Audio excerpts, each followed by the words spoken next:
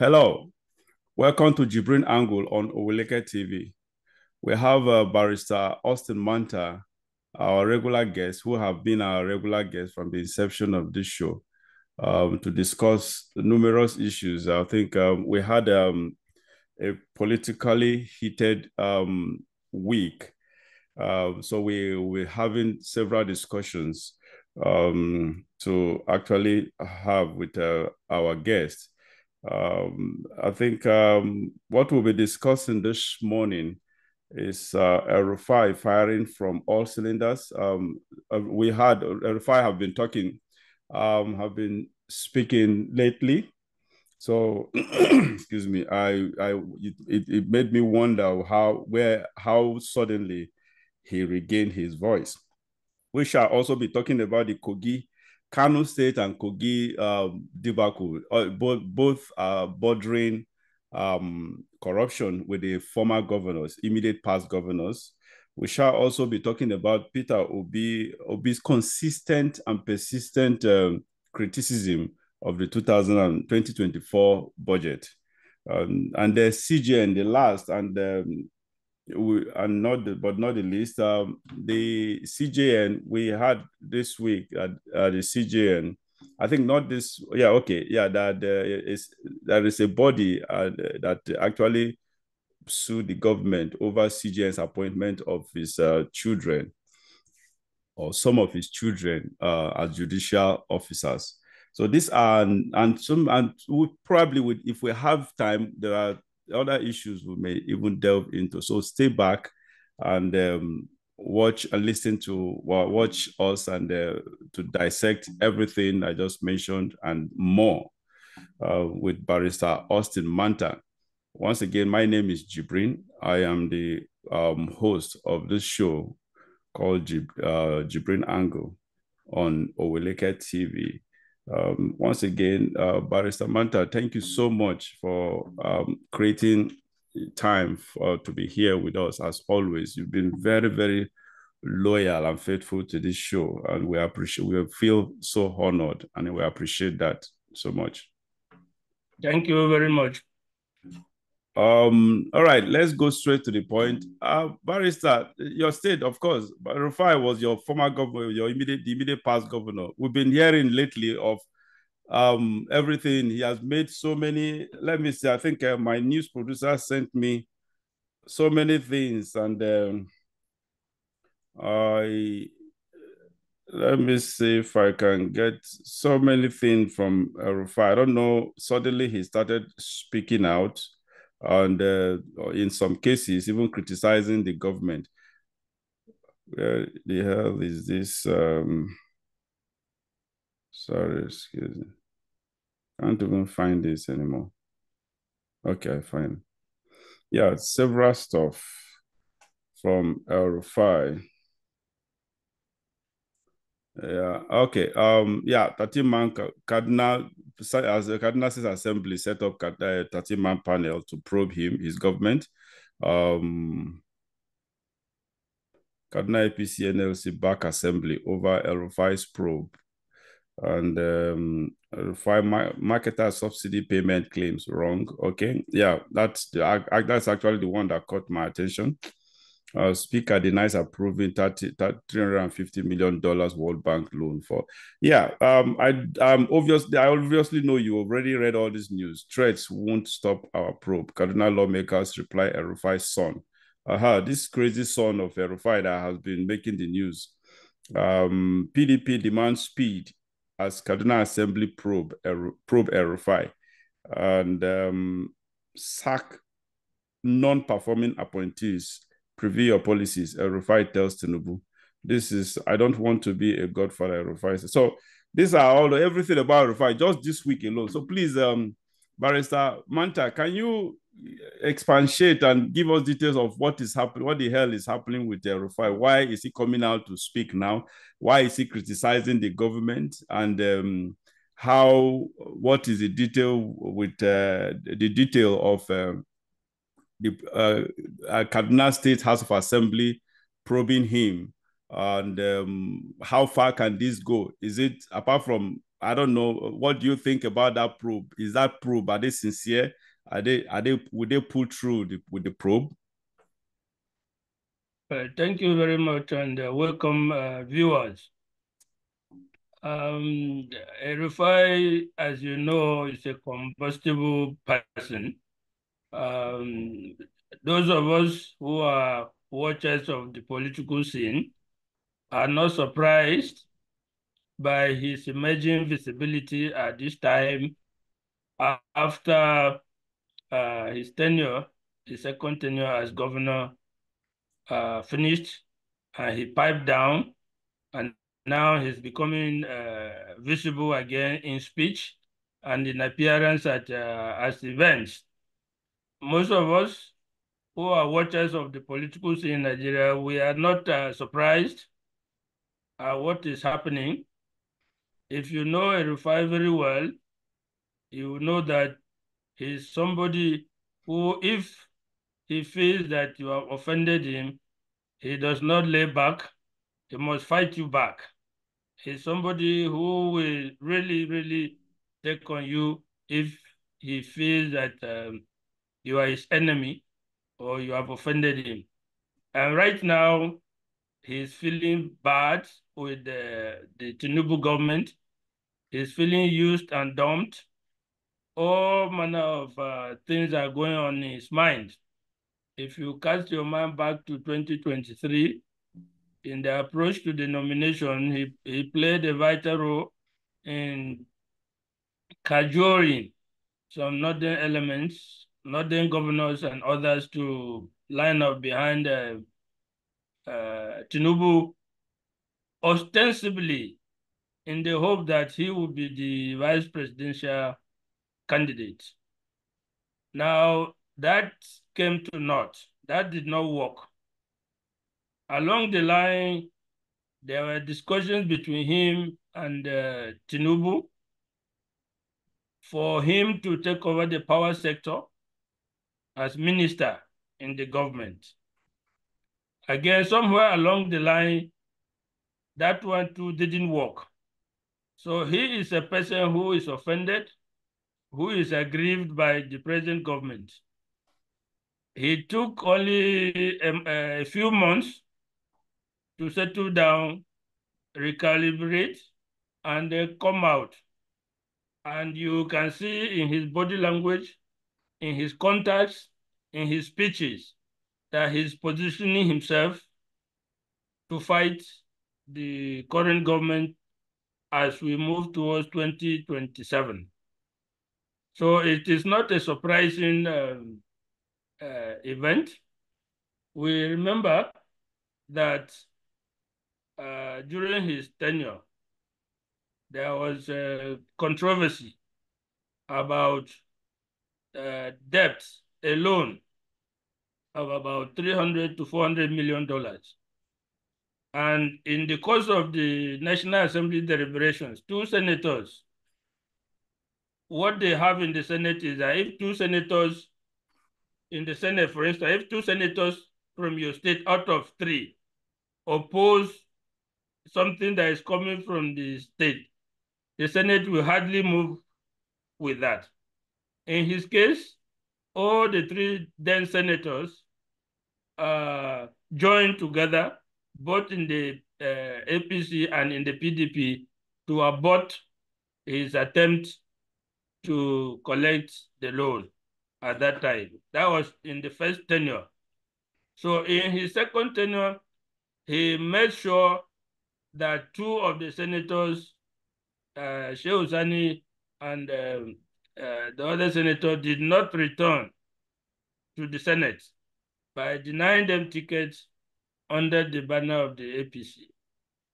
So he managed the state like an emperor. There is no dissent in the State House of Assembly, for instance. In the executive, he appointed people who could not look him in the face and tell him what is right or what is wrong. He was virtually an emperor.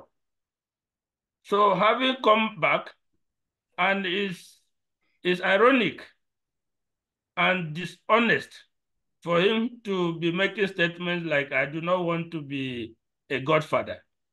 Who is a godfather? He brought Obasani and he made sure that he won. So is that not godfatherism? So when the dichotomy between his public statements and what he actually does, people should track what he says in the public and his actual character. He's no different from a godfather. And don't forget, during the time that Lagos was having issues of godfather, he went to Lagos, did a lecture, and told them that he has a formula for defeating godfather. If they want, he will show them how to deal with Tinubu, how to deal with Tinubu as the godfather of Lagos politics. He did that lecture in Lagos and made this statement. But in his own state, in his own time, he made sure that his own godson became the godfather. So again, you can see the statement you make in the public and his actual and true Actions. his actual actions. So if you are analyzing somebody like Rufai, you should know what he says in public is meant towards a certain distance, and what he actually does will not be always the same. Now, come to the issue of the House of Assembly setting up a probe. It all started with the governor Basani addressing a town hall meeting in Kaduna and telling them that, look, he inherited a lot of debts and no money. That is why he's finding it difficult to pay salaries. And that innocent statement meant to inform the people of Kaduna State of the financial situation of the state didn't go down well with the Elrufai clique. And his children took it up and started lambasting the governor. Some of his supporters in the party also took it up and started lambasting the governor. So the stage was set for what is going on now in Kaduna State, which is a brewing battle between the godfather and the godson. So that is the context in which you can view the probe that the House of Assembly has set up to check the loans, not just the loans, the incomings of the state government for the 8 years that he ruled the state and how the money was applied. In truth, if that probe should go somewhere, definitely there will be a lot of debt that will be unearthed. There can be no doubt about that. But whether it can go all the way will still depend on the emerging political scenario and how the relationship between himself and Obasani, if they continue to deteriorate, then you will see a corresponding upward tick in the probe. But if they continue to come down and there is a rapprochement, you will not hear much from the probe, from the issue of the probe again. That's how our politics eventually goes up. Honestly, it's so unfortunate that Nigeria is this way. Honestly, this is the way we operate. I wish, honestly, I look forward to seeing the day someone like Elrufai. Elrufai has done so much damage to the system. He has done so many things with impunity and effrontery. And that man deserves to be in jail, honestly. That guy is extremely corrupt. All he did when he was the FCT minister or whatever. I remember then when he was paying one of his, a copper, one of his staff, 9 million naira. I don't know if you remember then. Now, you can imagine 9 million naira then. a sort of a copper. Someone, I think she was the person. I think the lady was still serving. Then a copper that copper was paid 9 million naira. Then that was the copper, and so many other corrupt issues around him.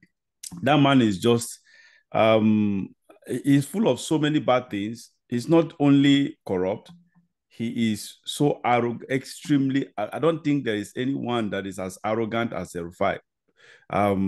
That guy is just the most arrogant politician I've ever seen or heard of. So I wish and I wish. You see, that's the problem with Nigeria. The issue of corruption is always political, which is very, very wrong. That's what is killing us. He just made mention of something. He just said something that the probe will actually, what will determine the probe, the level, the extent of the probe will be the political scenario, how the political scene is played out, sort of, which is very, very, very, very unfortunate. Sort of, so it is very, very, that man did so a lot of damage to Kaduna State, and he did most of the damages out of personal aggrandizement for selfish reasons, sort of. So, and he has a very, very bad son. They say charity begins at home, like father, like son. His son is not, he's just like him as well. And he seemed to be a kind of a worse of his father as well, because he seemed to just rain curses on and insults on anyone, everyone available, any whatever. He has penchant for public controversy. Sort of he behaves like a child. Secondly, he just insults everyone, no respect, just like his father doesn't respect anyone. Sort of, so that is the kind of moral upbringing his father gave to him, which is very, very unfortunate and not surprising, of course, knowing who Elrufai, his father, is. So, all right. I just hope. Now, the issue of going against the government of Tinubu, Elrufai has always been he has always been this way. You know him better than, I don't know if you know him better than, because I've known Elrufai. I remember when I used to visit his office as a QS, I was pursuing, as a contractor there, I was pursuing some projects that he was a consultant to. So I've known Elrufai for several years. I think in the early 90s. I was visiting his office then as a contractor. He was a consultant then to some projects. So someone I know so well. I don't want to go into personal experience with him, because that was in business line. So, but he has always been this way. Elrufai has always been has always been a very arrogant and proud person. So I think I know him to that extent, sort of. So, yes, a lot of people who have tracked his coming up as a politician and his visibility as a citizen, we have no doubt of who he is. Anybody who really has followed him, we have no doubt that the man is really, really a bad person. I first came to know him when he was in BP, that's Bureau of Public this thing. There was an incident involving Benue Cement, which was privatized and sold to Dangote. And the factory was closed down. And what people didn't know was that was the only factory in the town of Bok. The whole town, the economic activities, visibility, everything depended on that factory. Anybody selling, it is the workers from that factory that brought money to buy virtually anything that was being sold. So the whole town, the economy of the whole town depended on that factory. So when it was privatized and Dangote bought it, Dangote closed it down. He was not producing the cement. He was bringing cement from somewhere and bagging it there and selling. So only a few staff were now employed to bag the cement that he used to import and bag it and put his name and sell. So the people in the town protested. There were consistent protests because their economy had been shut down, and they had hoped that the privatization would make the factory to operate in a better way and improve the economy. And it was the exact opposite. Then Elrufai, who was one of the people who had anchored the privatization, he made a statement without knowing the pause, what the people were feeling. He made a very flippant statement and said the people were protesting and opposing Dangote because he was a Muslim. And this was a town that was dominated by Christians. So Christians. he is somebody who sees things, who is always ready to Yes. exploit Situations. religious features Yes. and this kind of thing. That was the time I wrote him off as a person, because I happened to school in that town. I knew I was born in that town. I knew what the factory meant to the people. Yes. For him to, at his position, to reduce it to a religious device, I just wrote him off from that time till today. And I have been proved right all along the way. Because at any point, he is very flippant. He does not consider the depth of what he says as a public Yeah. servant, even as governor. And he believes that he can always manipulate Nigeria's fixtures, the things that can pull people apart and then get benefit from that kind of manipulation. You must have heard or seen the tape that he Yes. spoke to the Malams in Yeah. Kaduna State.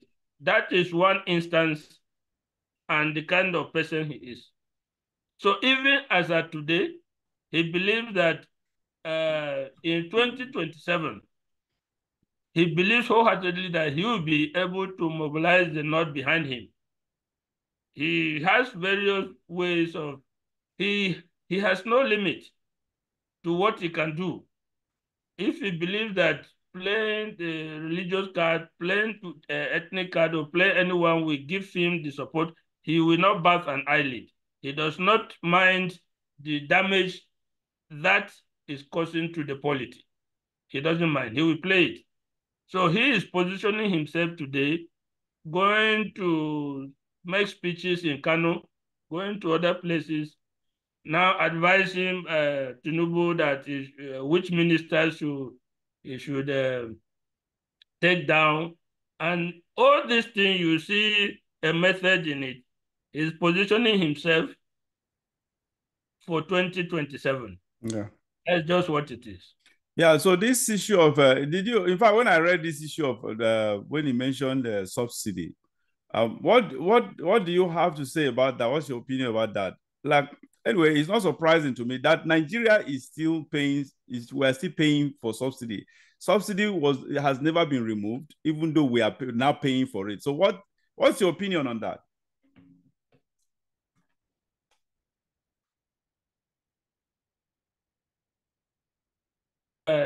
On this on this platform, I have said it in the past that even though Tinubu pronounced that there was no subsidy on the day he was being sworn in, the reality is that some measure of subsidy was still being paid and is still being paid.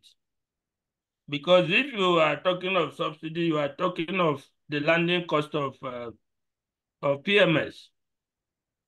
And the government cannot tell you that the landing cost of PMS is what is driving the price today. If it is based on that, the price will be much higher than what it is today. So to that extent, there is a measure of a subsidy that is being paid annually. I mean, monthly. The amount is what I cannot tell you now. Elrufai talk about I think you talk about 600 billion. The dispute will be on the figure of what is going out as subsidy. But to say that there's no subsidy in Nigeria today will not be a statement of fact. It's so sad that this government just came in on a platform of corruption, a platform of irregularities, and all you could do the first day was to just start punishing Nigerians up to date. You just took away subsidy verbally on the papers. When in the real sense, in practice, this subsidy is still there. Nigerians are just paying for your wickedness, your stupidity. Sometimes I call that stupidity. Honestly, this Tinubu of a man is just unbelievable. But he did something that I didn't expect a man of. I mean, anyway, usually he's a politician. He calculates so well. For him not to have gone ahead with, just like you noted, Elrufai played a very prominent role in his campaign, presidential campaign, sort of, and no one expected Tinubu to actually dump Elrufai because Elrufai was his attack dog then, sort of. So that Tinubu had to back him, turn his back at him when he became president. It was so smart because, of course, any smart politician will always see Elrufai as a baggage, as a liability. Because that was when, I remember that was when that video you mentioned in fact, that was when that video trended. So there was this religious sentiment and religious heat that was the system was heated really in the religious, this religious angle, on the religious angle rather. So he was so smart to stay away from Elrufai, and they eventually killed his ministerial nomination. Sort of. So I think he did the right thing. That's the only good thing I've seen.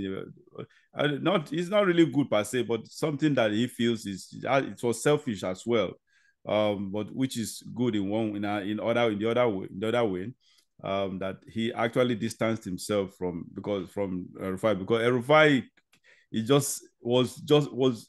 was trying to set the country ablaze, and he's still, just like you noted, he's still going to play that card again, sort of. And I think most Nigerians, I think they've known who Elrufai is, and we shouldn't fall into that trick, sort of. Again, honestly, someone like Elrufai is supposed to be cooling off in any one of our jails, one of our prisons there. That's just, the man deserves to be in prison. He has destroyed so many lives in different ways, a sort of just for personal gains. All right, let's move to the other. Again, we have the issue of Kano. We have the issue of Kano and Kogi State in the news this week. I don't even know which one to take first, because I don't know. What is really going on? Let's start with Kogi, Barrister. The Kogi State, I don't get it, where we have someone who, I don't know, we have someone guided, an ex-governor being protected by police, an EFCC that is a police, an arm of the police, a sort of managed by the police, and came in to arrest this person, and another the same, I don't understand, the same institution fighting against itself. I don't get it. It doesn't make sense to me. And it got to a point that even EFCC, for God's sake, a government institution, a police institution, to open their mouth and threaten to use the military to arrest a civilian. I don't get it. Please, can you speak to that? What's your opinion on that foolishness? Well, we have used the word Nigeria as a theater of the absurd repeatedly, and it plays out now and again, all the time. We always say only in Nigeria can some of these things happen. Yahaya Bello, who is the immediate past governor of Kogi State, was under investigation by the EFCC. And the EFCC have filed charges against him in court along with others. He has refused to present himself for arraignment in court. EFCC have been monitoring and tracking him to try to arrest him. And they tracked him to a particular address in Abuja and surrounded the house. So his security details, who are still with him from his being governor, who ideally should have been removed after he became governor, but who are still with him, resisted the EFCC's attempt to arrest him. Now, they continued to resist until they saw that it was becoming more difficult. That if it is only on their power, eventually the EFCC will get the upper hand. So they had to call the sitting governor, yeah, who is the godson of Yahaya Bello, and who is protected. He has immunity under the law. He cannot be prosecuted. He cannot be arrested. So he came in with his convoy and smuggled Yahaya Bello out of the building. And he escaped. He was supposed to be arraigned, I think, yesterday or the day before yesterday in the court in Abuja. But because of that, he could not be arraigned. Mercifully, we have, in the past, you will not have heard anything from highest government quarters. But the Attorney General of the Federation came out and spoke highly against the conduct of Yahaya Bello and the governor and the sitting Ododo, the sitting governor of Kogi State. And everybody is speaking out against the conduct of the governor. What the governor has done is criminal. He can be prosecuted for screening an offender, but only after his term expires. But for Yahaya Bello, we have now heard that the Inspector General of Police has withdrawn and detained the security details of Yahaya Bello. And EFCC, when they were frustrated by a combined team of Yahaya Bello's security and the security of the sitting governor, they have declared him wanted. He has been officially declared wanted by the EFCC. And the EFCC has also threatened that they will enlist the help of the military to bring him in for arraignment. Because what they have in the EFCC is the police. And when they meet with the police details of the sitting governor and this one, but if the military should come, perhaps those ones can now surrender. No, but don't you think that is crazy, for God's sake? Who does that? Is that not why I'm saying Nigeria is the theater of the absurd? Everything happens in Nigeria. Everything goes. How can we allow this kind of show of shame? Honestly. Show of shame to be happening before our very eyes. So now we are hearing that because of the pressure that is happening, the governor wants to bring him, because he must apparently be hiding in government house. The governor of Kogi, what we are hearing now is that he wants to bring him himself and hand him over to the EFCC. But even if that happens, this kind of things should never be allowed in a decent and civilized entity. Who is Yahaya Bello that cannot be put on trial? As of today, he's not a governor. He's just an ordinary Nigerian. Yeah.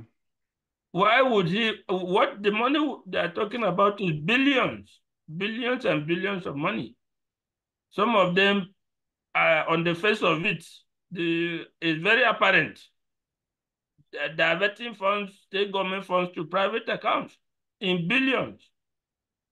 So you see, that is what happens in Nigeria. For the politician, it is normal. For them, he will now come out and say he's being persecuted because it's normal. No governor has been the governor that has not stolen from the country. So they take it as a normal thing to do. To Except, use this. except Peter Obi. Okay, we look back to Peter Obi. We Yeah, of cannot course. say Yeah, of course. I cannot make that and apply that statement Yes. to Peter Obi. Of course, that is true. I cannot put him in that category. And Yeah. maybe one or Yeah. two other governors. Governors. Yeah. We just made a sweeping statement that is the normal in Nigeria for a governor to spend the state resources as he deems fit, to take it for himself, for his girlfriends, for his wife, for his relations, for anybody. So when they do that and anybody comes out to say, we are going to investigate, we are going to prosecute, they feel they are being offended because it's normal. They are the ones that will now feel they are being offended. They will now bring in phrases like, I'm being persecuted by my political enemies. I'm being persecuted for the views I hold. Okay, now already people are saying that, at the beginning of the nomination in APC, Yahaya Bello was one of those who was against Tinubu. So people are already bringing that in that, because of that thing, that they now, you can imagine the sentiment and the direction of thinking of even the Nigerians who the official bodies are trying to save from this corruption. Still, you can find them coming up to say, this man, why should they go and arrest this man, this and that. So the Nigerian scene is, I don't know, it's quixotic. Very, very quixotic. Yeah, so unfortunate. So what have you got to say about Kano State, Ganduje? They call him now Gandola. That man, I don't understand. Nigeria is just unbelievable. It's almost the same thing that is playing out in Kano. The only difference is that in the case of Kogi Yahaya Bello, is the federal establishment, the organization, the EFCC, that want to prosecute him. For the reason that EFCC have refused to take up the case of the Kano governor, Ganduje, the state government wants to prosecute him because they have power to prosecute criminal offenses in Kano. And their problem there, their own issue there, the problem there is much more than there because they don't have the federal power. Yeah. They don't have the police at their beck and call, or they cannot call upon the army to arrest Ganduje, who is now the national chairman of APC. Oh, the APC, yeah. So that is the difference. And he is already casting it as vendetta by an opposition that took power from him. The very fact of the video that we saw and heard him and saw him stuffing, collecting dollars, asking how much is this, and they'll say is it, and he will talk it in his agbada. All that one has been put at the background. What they say now is, the opposition government in Kano wants to carry out a vendetta against the former governor. That is what we see. And in Nigerian politics, you have a lot of people that are on his side, that support it. Instead of saying, why don't you go to the court and let the evidence be presented? If it is not weighty enough, you will go scot-free. But we don't have that. That is so unfortunate. I am not sure whether the Kano State government will succeed in bringing Ganduje to court. Yeah, unfortunately, I think I share your opinion as well because like you said, they don't have the federal power backing them up. of course, any governor that does not have federal power, but that's the system, the very, very poor system that Nigeria system of governance that Nigeria runs. Honestly, so that is the point. This guy cannot be, just like you said, he is currently the APC chairman. For God's sake, Tinubu can never allow his IG, the IG of police, to send his boys to arrest him and take him to court.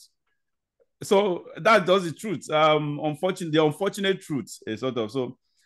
That is where Nigeria is today. Unfortunately, the system keeps getting more and more corrupt. EFCC that is supposed to prosecute corruption, they are there selecting cases to pick and the ones not to pick, the ones to accept and the ones not to accept. Anyone that is just that does not have what they do, what EFCC does. EFCC is as corrupt as every other agency in Nigeria. It's as corrupt as every other agency in Nigeria. That's just the truth, because if not being even getting worse than some agencies. I don't understand why a body like that, even from this whole thing started from Ribadu time, the inception. Obasanjo was the one who created that EFCC. Unfortunately, during his time, that EFCC was used to. Obasanjo didn't witch hunt anyone, but Ribadu was actually selective in his prosecutions. A sort of, unfortunately, the same Ribadu again who played that crazy role.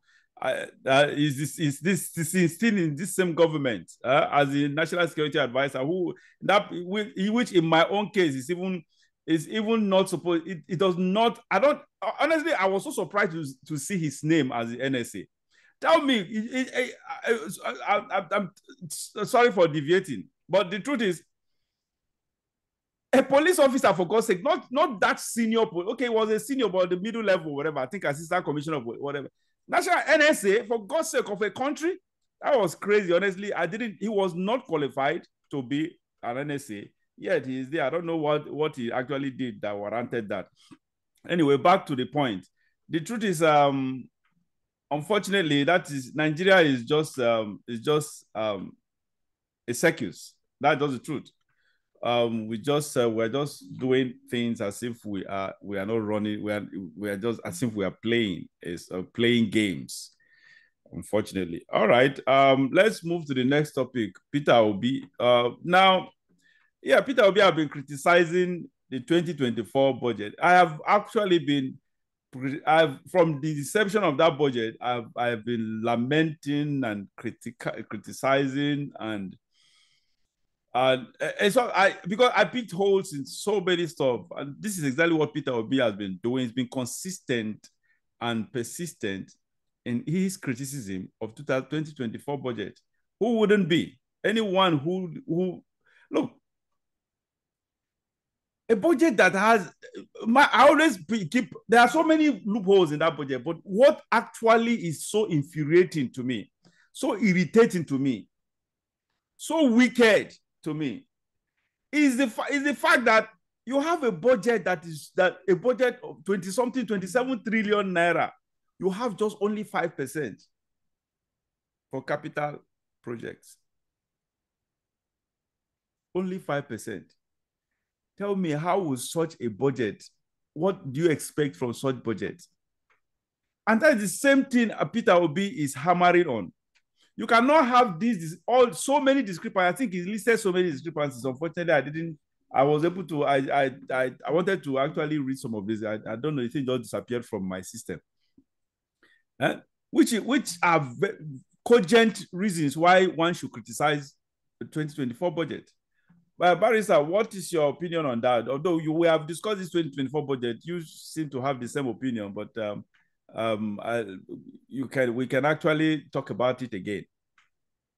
Yes, we have discussed this 2024 budget on this platform in detail, but it's an ongoing thing, so it's not out of place to continue to discuss it and mention the fact that at the end of the day, that budget will be just like any other budgets that they used to do in Nigeria.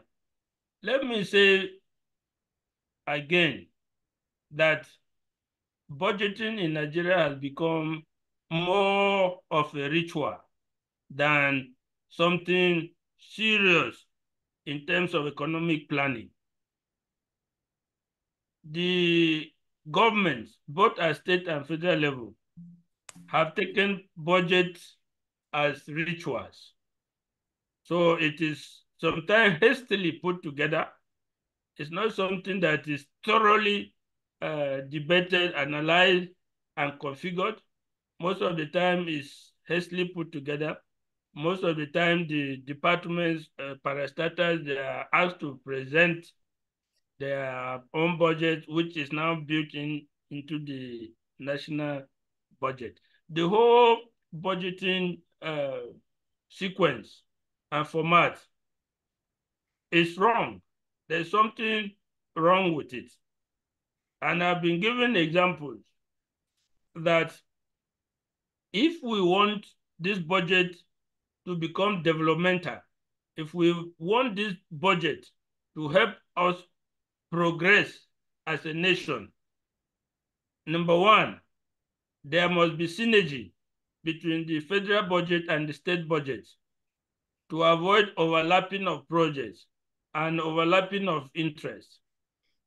Number two, the budgeting system itself, there's corruption built in it because it is from there that the public servants and other corrupt people are able to extrapolate funds for themselves. There's what is called zero budgeting. When they are talking of zero budget, or when they are threatening a department or a ministry or parastatal with zero budgeting, what they are trying to say is that we are not giving you any money apart from your salaries. Now, if you are the head of that organization, panic is going to run riot in your establishment because you have nothing. You have nothing to chop. So let me use the slang. If the money coming to you is just about enough to pay the staff or your staff their salaries, you are gone. Your position there as the managing director, as this thing, is virtually nothing. So they use this instrument to blackmail these ministries or parastatals and then build in projects and other things, whereby even the members of the National Assembly go back to benefit from that ministry. They will say, okay, we are giving you social projects in this ministry. What is there for us? Which and which, they divide it among themselves. For this project, we are going to bring contractors. We are going to bring people that will do this job. So all this is agreed upon. Then your budget is passed. Where you refuse to, there was an incident involving the NDLA. A chairman came and said, look, I'm too old. I don't want to leave this and they'll be calling me to come and answer for this or that. I'm not going to play ball. And so for like 3 years, they gave them zero budget. They recruited, it's a paramilitary agency. They recruited operatives, trained, but they could not send them to their training school because there was no money for 3 good years. So who was the NDLA? Okay, it was Buba Umar, right? Buba Marwa. No, the one Giade was the chairman of NDLA. It was during his time. Okay. So that is why I have often repeatedly said that the budgeting process itself has corruption built in it. And then you now come to the budget where it is now presented. Then the dynamics begin to play out. There is what is called environment. even the money budgeted for a particular project can be varied to another project. All they need to do is you do what they call environment. Okay, we have 1 billion to do this, but that project is not ready. Yeah, let's use that money and do this other project. That's what they call environment. So they would divert that money to something else. But all those interests is because the members of the National Assembly have full interest in execution of that budget, not as supervisory or people who are overlooking the budget, but personal interest in execution of this. When they are not the executives, they are not there. They have a branch of government, the legislature. And by law and constitutionally, your oversight function is for the purpose of making law, improving on the law. But we have used oversight in Nigeria in a different sense. The oversight in Nigeria is to make sure that everything reach the members of the National Assembly. If the National Assembly is investigating a particular ministry, the purpose under our law, the purpose of the investigation is to make law, to improve the operations of that ministry, or to correct an existing law. That should be the purpose. So the investigation or oversight functions are not at large. They are directed at lawmaking. But in practice in Nigeria, it is a whole different ballgame. When the oversight function is coming to your department to come and inspect your project, inspect this thing, a lot of things pass under the bridge. A lot of water passes under the bridge. If that water does not pass under the bridge, you are not going to get a pass mark. I'm telling you, you are going to get a very bad report from those people. So you, that the executive that is there in charge of that, you better play ball for things to move for you smoothly. So the entire budget, when people want to talk about the budget, if you go into the details, everything corrupt is built into the budget. So it's difficult for this budget to go to actually bring us progress. Apart from that, you realize that a huge chunk of that budget is going towards debt servicing. And some of it is deficit budgeting.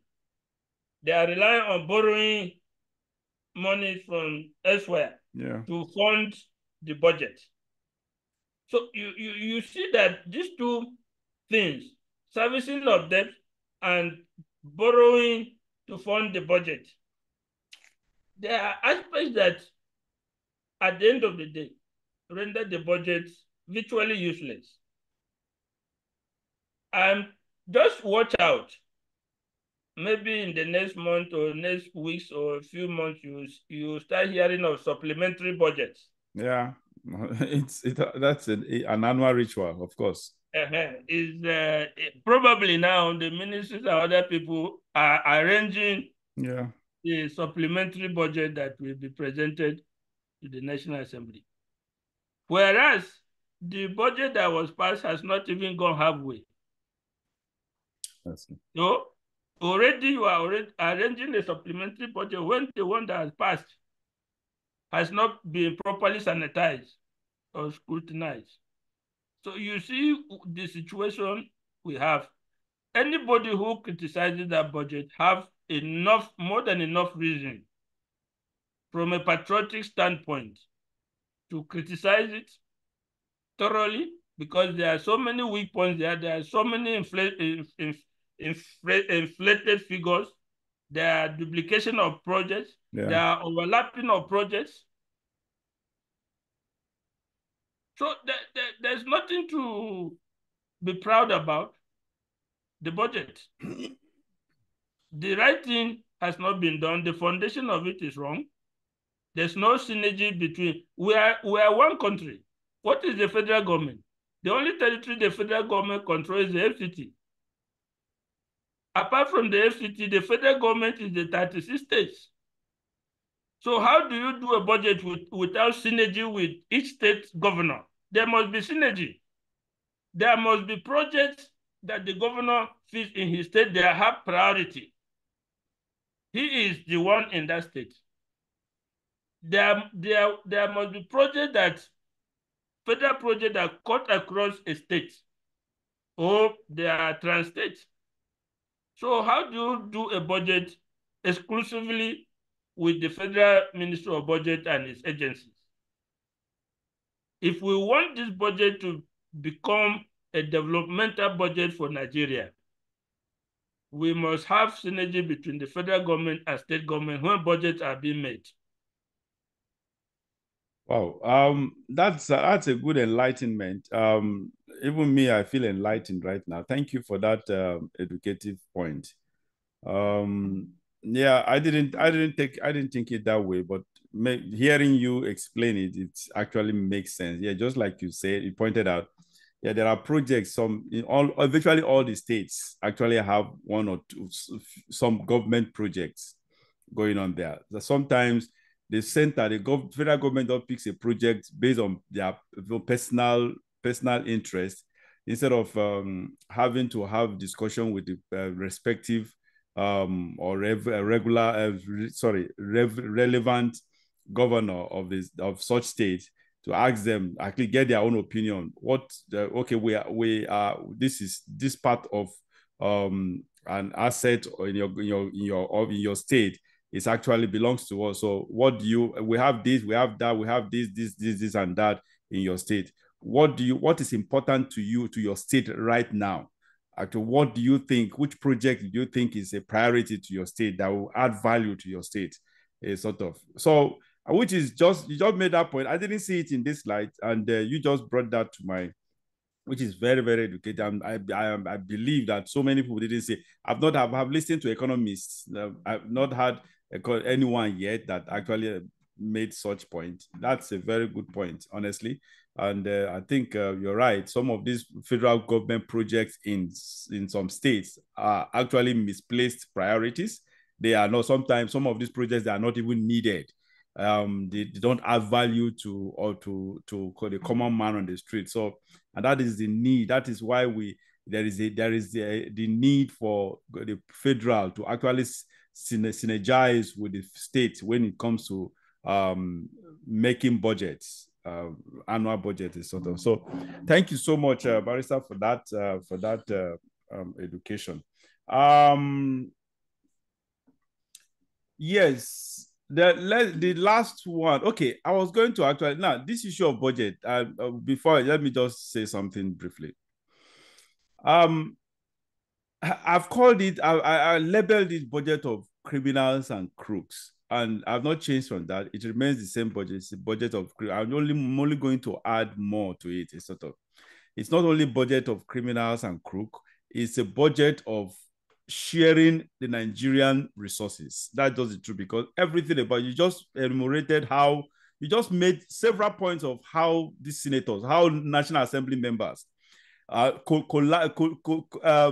connives with the executive to actually fleece the country. It flees the country's resources, sort of. So it's a chop and chop thing. So that budget is a budget of sharing corruption.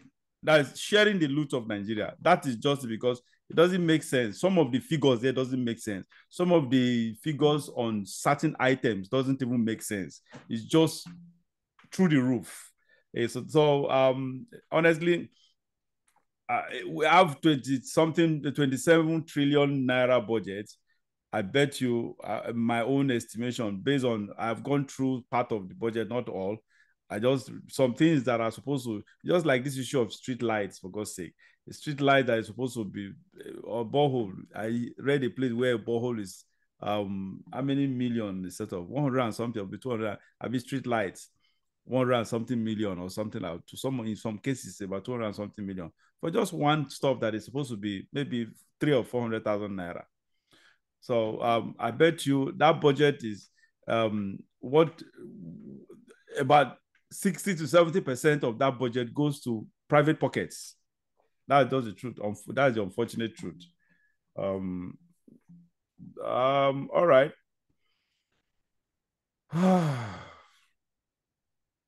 Again, this one borders another side of corruption. The CJN appointed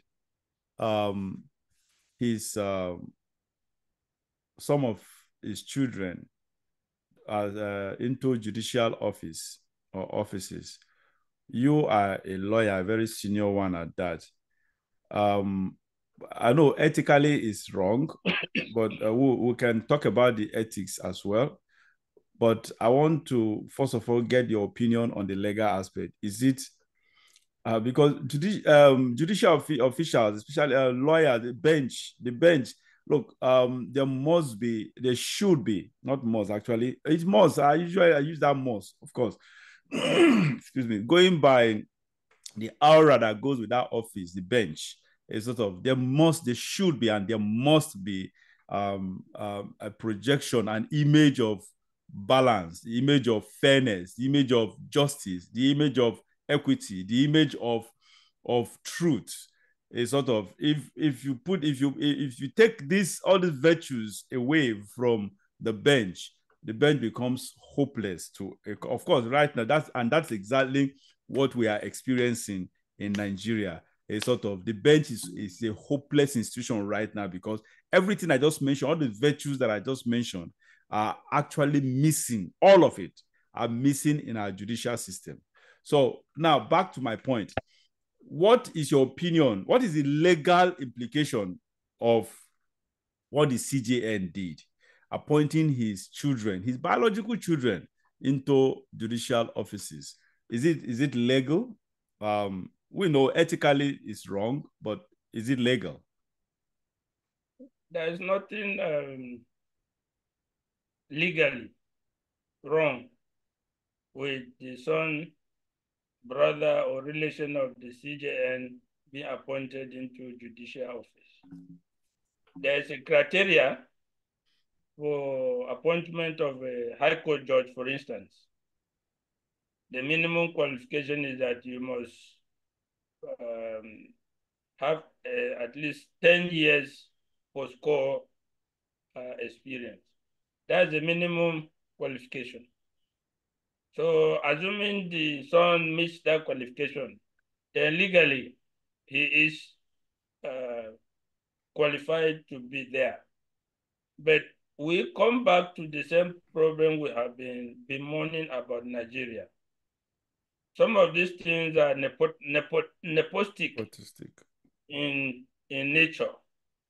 But if we had strong institutions, strong and capable institutions, we will not really mind. I will have no issue if the son of the CJN is very qualified and capable of being a high court judge, and he goes through the process and is eventually successful without interference from his father. But having said that, we come back to the same Nigerian syndrome. Do things happen in Nigeria without interference from the powers that be? Not just in the judiciary, in other areas of life as well. Things happen here mostly because a powerful person somewhere has put mouth or interfered in the process, and he wants also person to be there. That's the way things happen in Nigeria. So it will be unfair to say, okay, let the CJ who has a son who is qualified, the son should not go there just because he's the son of the CJ. It's my profession, I will have no quarrel if that son of the CJN is very, very qualified. But to come to that conclusion, I must be satisfied of the process that brought him to that position. If I have doubts on the process, If the process itself is not transparent, then there will be a problem. But don't you think that because of course I knew quite all right that it's there's nothing illegal there. But my point is, don't you think that what you just mentioned, don't you think that it is lacking, that process, due process, don't you think it is lacking? And that is why that civil society organization is taking the government to court on such premise. Because if they are taking the government to court, if it is legal, so why taking them to court if there was a due process in the first place? If the guy was actually qualified, or the children are actually qualified to do that. So don't you think Yes. that is the reason why they are taking the government to court? Well, I will not know the reason why they are taking the government to court. I have not seen the suit. But let me say that when we say due process, there are some aspects of due process. The mechanical one that you go through for the purpose of going through the procedures, that one is there. The fact that you have gone through the process, you have gone through the due process, does not mean that there's no interference from somewhere. Even in the process itself, the process can be interfered with, because let me give an example. Whenever a chieftaincy, for instance, if an emir or a chief is to be appointed, the kingmakers will select under the law. But the same law says, don't select one person and send to the governor, select 3 people so that the governor will choose Have a choice, yeah. one out of the 3. Now you will see where the problem comes. Out of the 3, maybe somebody has got 90. Another person has got 70. Another person has got 50. The governor has the prerogative to choose any of them. He can choose the 50, the one that is 50. That got 50% in the assessment. Whereas the person that got 90 will be cast aside. But who will say by law due process has been followed? So you see that I am saying that if I'm satisfied with the due process, then we'll have no issue. But the due process itself in Nigeria is also under threat. Because who is championing, who is in charge of that due process? Who has the final say on that due process? A situation where you find the CJN head of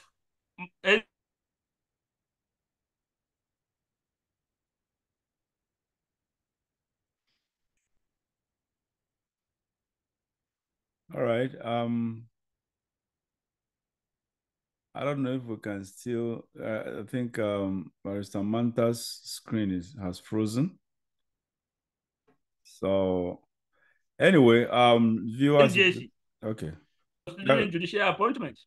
The law, due process say somebody must be appointed, and we have the process and interference in that process. So we are not satisfied with the process itself, because it is from the process that somebody emerges. The process itself is not transparent enough to assure me that the son of the CJM who was appointed High Court judge got it on merits. And of course, don't forget that in Nigeria, everything is not about merit. Everything is not about selection by law. It is not your merit alone that will get you a position. Where you come from matters, because if they are appointing judges, they will say, okay, the Northwest have vacancies. Northeast have vacancies. Southeast already have 3 people. So we are just, they are not going to get it. So now you come from Southeast, you can get 100, it doesn't matter. Because we are trying to balance the geopolitical zones. So the process itself is not acceptable to me. The process itself, I'm not satisfied with it. So when people say CJN has appointed, the person has passed, even the son passed through this process. But I can bet you that it is probable that the father had an influence in his appointment. And it's not only him, it's happening in many chief judges in the state. They influence the appointment of their children as magistrates who eventually become high court judges. They influence the appointment of their relations as high court judges. So this thing is rampant. It's not just a CJN affair. If we want to tackle that, we will have to review the whole process, appointment process. We have to review it all together and try to make it independent and transparent. That is my take. All right. Thank you so much. I think by that we come to the end of the show. I hope you were enlightened if you are watching this show. I hope you had, honestly, it's an of course whenever we have Barrister Manta is we have someone, a guest, who actually brings us to our notice some stuff that has to do with in-depth analysis and exposition. So thank you so much, Barrister Manta, and thank you, viewers. Again, if this is your first time watching this show actually comes up weekly. It's a weekly show, and it's called the Jibrin Angle. We are coming to you always exclusively on Oweleke TV. You can subscribe to our channels and put on your notification bells. We are on all the, I think, major social media. We're on TikTok, we are on X, we are on Facebook, we are on YouTube. YouTube is our major our prime channel. And we are on, we have a website too, www.oweleke.tv. So go there and you see probably everything that you need to know about this channel. You'll find it out there. Set on your notification bell so that whenever we upload our contents, you will be notified to watch. We have several other interesting contents on our platform. So go there and feed your ears and your eyes and feed your senses as well. Once again, Barrister Manta, thank you so much for joining us this morning. You've been a very loyal and faithful guest. Like I said earlier, you seem to be a co-presenter, a co-host on this show, because you've been very, very consistent on this show, and we appreciate that so much. It's rarely, one can really find it anywhere. That's just the truth with anyone. So thank you once again for being with us. Thank you very much for the opportunity. All right, and have a nice day. And viewers, thank you for joining us again. And goodbye. Have a happy weekend to everyone.